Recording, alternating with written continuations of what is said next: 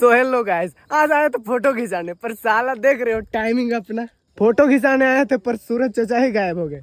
अब क्या करें, क्वालिटी भी सही से नहीं आ रहा है, समझ रहा है। ये बंदा सबको देखो, खुशी कि दुख बोले। अब देखो कैसा हो जा रहा है क्वालिटी। अब करे तो करे क्या, मतलब जिस तरह कोई मिल गया मूवी में देखा था ना, जादू था उसमें ना, जादू को जिस तरह एनर्जी पाने के लिए धूप की आवश्यकता होती थी, उसी तरह अभी हम लोग को साला क्या बोले, क्वालिटी के लिए धूप की जरूरत पड़ रही है, समझ रहे हो। जो कि अब तो मिलने से रहा। अब तो वाह बाबू लोग, फोटो शूट तो नहीं कर पाए, पर ये बंदा लोग को देखो अब कर क्या रहा है। ओह, फोटो तो नहीं पर थोड़ा सा बकचोदी हो गया। देख रहे हो आईफोन होते हुए भी कुछ काम नहीं आ रहा है, अब क्या ही बोले। बस इतना ही भाई लोग, आज क्या दुख दर्द तुम लोग क्या जानो अभी का।